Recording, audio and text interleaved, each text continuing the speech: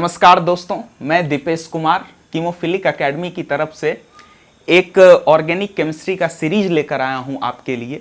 इस सीरीज में हम लोग ऑर्गेनिक केमिस्ट्री के अलग अलग टॉपिक्स डिस्कस करेंगे, जिसमें हम लोग कुछ जानते हुए टॉपिक्स और कुछ टॉपिक्स जो आप लोग नहीं जानते होंगे, सारे टॉपिक डिस्कस करेंगे।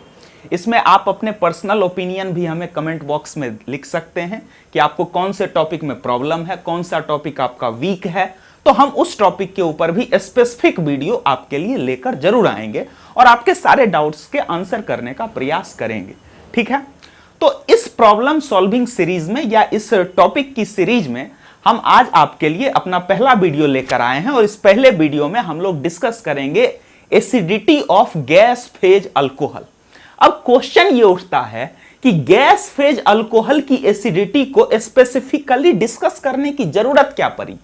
तो इसकी जरूरत इसलिए पड़ी क्योंकि जब हम अल्कोहल की एसिडिटी के बारे में देखते हैं तो हमको पता चलता है कि नॉर्मल जो अल्कोहल की एसिडिटी होती है वही एसिडिटी गैस फेज में नहीं होती है। यह ऑब्जर्वेशन 1950 में निकाला गया।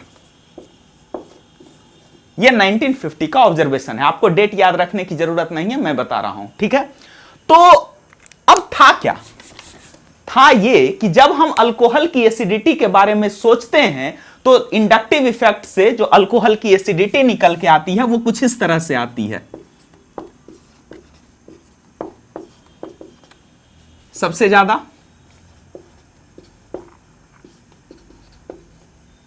उसके बाद और सबसे कम।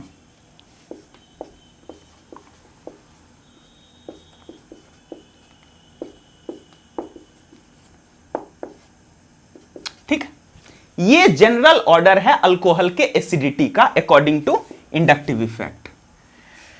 तो इसमें होता क्या है, कोई समझने की बात नहीं है।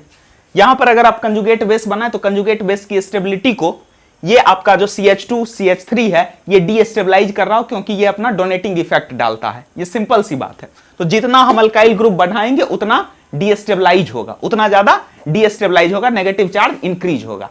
तो इसलिए इसका सबसे ज्यादा, उसके बाद इसका और सबसे कम इसका। अब प्रश्न आता है कि गैस फेज में क्या होता है? गैस फेज में एक्चुअली ये ऑर्डर रिवर्स हो जाता है। क्या होता है? ये ऑब्जर्व किया गया कि जब हम गैस फेज में अल्कोहल की बात करते हैं तो एसिडिटी का ऑर्डर रिवर्स हो जाता है। तो ऑर्डर क्या आएगा अब हमारा? जो आपका ये होगा,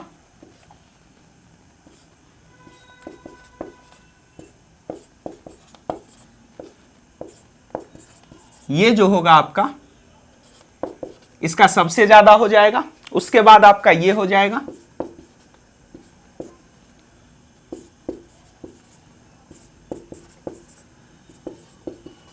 उसके बाद आपका सबसे लास्ट में ये हो जाएगा।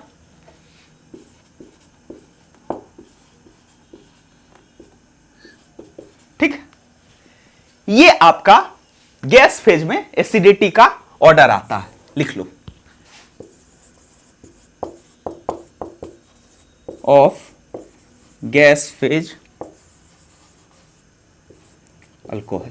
ठीक, ये आपका गैस फेज अल्कोहल की एसिडिटी है। तो अब एक्चुअली क्या हुआ क्या इसमें? हमको ये पता थोड़े ही है कि ऐसा क्यों है, हम तो सिर्फ ऑब्जर्व किए हैं कि ऐसा होता है। हम साइंस वाले लोग या केमिस्ट्री वाले लोग जनरली सिर्फ ऑब्जर्वेशन ही करते हैं।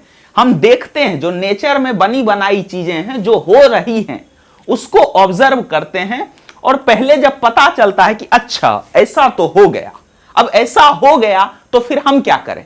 ठीक है, तो हम उससे एक्सप्लेन करते हैं। तो अब सुनिए इसका एक्सप्लेनेशन क्या दिए साइंटिस्ट।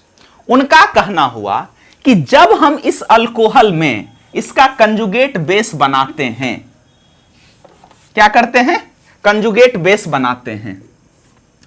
तो गैस फेज अल्कोहल का कंजुगेट बेस बनने के बाद इसकी जब हम स्टेबिलिटी को चेक करते हैं तो गैस फेज में यह होता है कि आपका जो अल्कोहल का मॉलिक्यूल है वो कुछ इस तरह से अपने आप को अरेंज करता है कि उसका जो मतलब ये अल्काइल ग्रुप वाला पार्ट है CH3 वाला, ये इतना दूर चला जाता है एक्चुअली में, मतलब ये समझो ना कि इसका भी डोनेटिंग वाला इफेक्ट लगेगा और यहां पे नेगेटिव चार्ज ऑलरेडी है, तो उसकी वजह से ये अपना इलेक्ट्रॉन इधर देकर ये ग्रुप दूर चला जाता है। जितने भी अल्काइल ग्रुप लगे हुए हैं, ये बॉन्ड का लेंथ समझो कि बढ़ जाता है।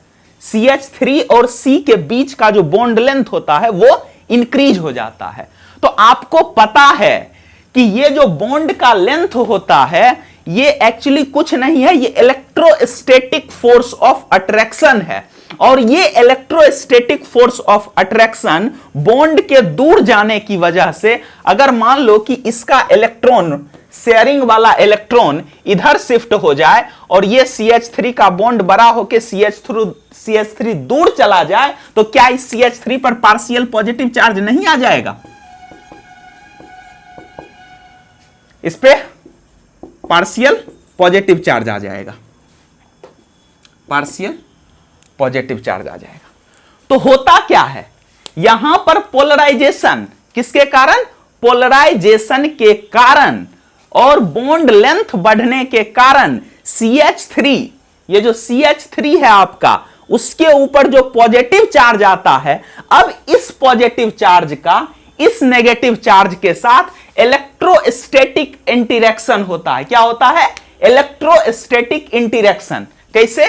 ये इसको इधर अट्रैक्ट करेगा और ये इसको इधर अट्रैक्ट करेगा, ये इधर करेगा, ये इधर करेगा, ये इधर करेगा और ये इधर करेगा। सेम चीज इसमें भी होगी, ठीक है? और इसमें भी सेम चीज होगा, ये अट्रैक्ट करेगा। अब बताओ, अब इसमें तीन ग्रुप लगा हुआ है जो इसके नेगेटिव चार्ज को कम कर सकता है। इसमें 2 ग्रुप लगा हुआ है जो इसके नेगेटिव चार्ज को कम कर सकता है, और इसमें सिर्फ 1 ग्रुप लगा हुआ है जो इसके नेगेटिव चार्ज को कम कर सकता है।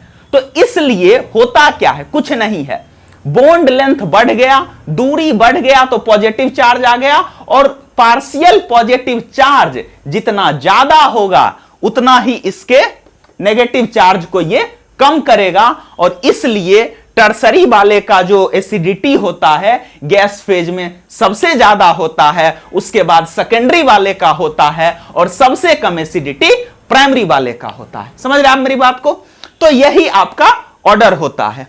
अब एक बात और समझिए इसमें कि एसिडिटी ऑफ गैस फेज की हम जब बात करते हैं तो आपका जो इंडक्टिव इफेक्ट या दूसरे इफेक्ट को जब आप डिस्कस करते हैं तो ये सब तभी वर्क करता है जबकि जनरली हम लोग एसिडिटी, जब हम लोग सॉल्वेंट लेते हैं, मतलब उन इफेक्ट्स के लिए सॉल्वेंट का कंडीशन थोड़ा सा इंपॉर्टेंट होता है। लेकिन इनके केस में यहां पर हम सॉल्वेंट नहीं ले रहे हैं, ये जो ऑर्डर है ये सॉल्वेंट में है, ये मीडियम में है, लेकिन ये वाला हमारा मीडियम में नहीं है। समझ रहे आप मेरी बात को? तो मीडियम ना लेने की वजह